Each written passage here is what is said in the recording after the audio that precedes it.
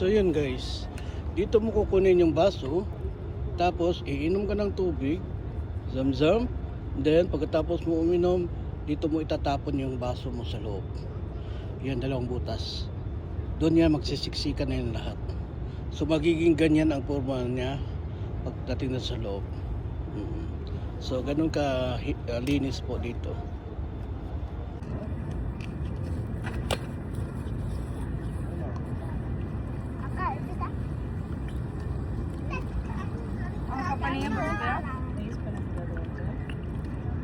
जमलं तरी का